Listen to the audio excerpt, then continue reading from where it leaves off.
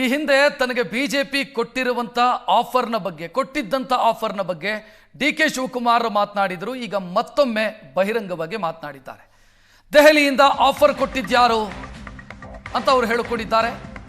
ತಮ್ಮ ಪುಸ್ತಕ ರಿಲೀಸ್ ಕಾರ್ಯಕ್ರಮದಲ್ಲಿ ಡಿ ಕೆ ಶಿವಕುಮಾರ್ ಹೇಳಿದಂತ ಗುಟ್ಟಿದೆ. ಮೈತ್ರಿ ಸರ್ಕಾರ ಇರುವಾಗ ದೆಹಲಿಯಿಂದ ಒಂದು ಫೋನ್ ಬಂತು. ನೀವು DCM ಆಗ್ತೀರಾ ಅಥವಾ ಜೈಲಿಗೆ ಹೋಗ್ತೀರಾ ಅಂತ ಕೇಳಿದ್ರು. ಎರಡರಲ್ಲಿ ಒಂದು ಮಾತ್ರ ಆಯ್ಕೆ ಮಾಡಿ ಅಂತ ಹೇಳಿದ್ರು. ಆವತ್ತು ಪಕ್ಷ ನಿಷ್ಠೆಗಾಗಿ ಜೈಲಿಗೆ ಹೋಗ್ತೀನಿ ಅಂತ ಹೇಳಿದೆ.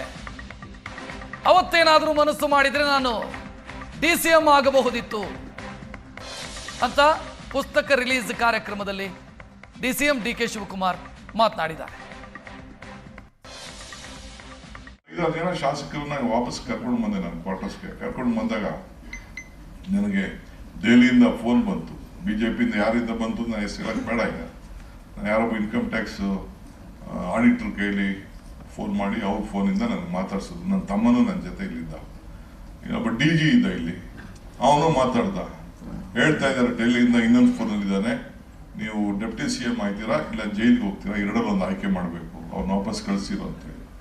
ಸೊ ನಾನು ನನ್ನ ತಮ್ಮ ಇದ್ದು ಏನು ಮಾಡ್ತೀರಿ, ಪಕ್ಷದ ನಿಷ್ಠೆ. ಭಾಳ ಚಿಕ್ಕ ವಯಸ್ಸಿನಲ್ಲೇ ರಾಜೀವ್ ಗಾಂಧಿ ಅವರು ನನ್ನನ್ನು ಒಂದು ಅಸೆಂಬ್ಲಿ ಟಿಕೆಟ್ ಕೊಟ್ಟಿದ್ರು, ಮಂತ್ರಿ ಮಾಡಿದ್ರು, ಬಂಗಾರಪ್ಪ ನನಗೆ ಸಹಕಾರ ಮಾಡಿದ್ರು. ಇಲ್ಲಿವರೆಗೂ ಬೆಳ್ಕೊಂಡು ಬಂದಿದ್ದೀನಿ. ನಾನು prefer a jail then becoming a deputy chief minister ಅಂತ ಹೇಳಿ. ಸೊ ಅವತ್ತು ಆಗ್ಬೋದಾಗಿತ್ತು, ಇನ್ನೇನೇನು ಆಗ್ತಿತ್ತೋ ರಾಜಕೀಯ ಗೊತ್ತಿಲ್ಲ.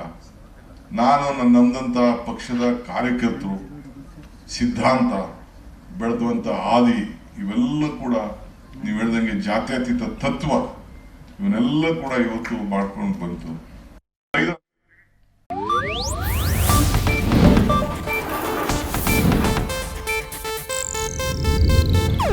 ಇದು ಏಷ್ಯಾನೆಟ್ ನ್ಯೂಸ್ ನೆಟ್ವರ್ಕ್ ಪ್ರಸ್ತುತಿ.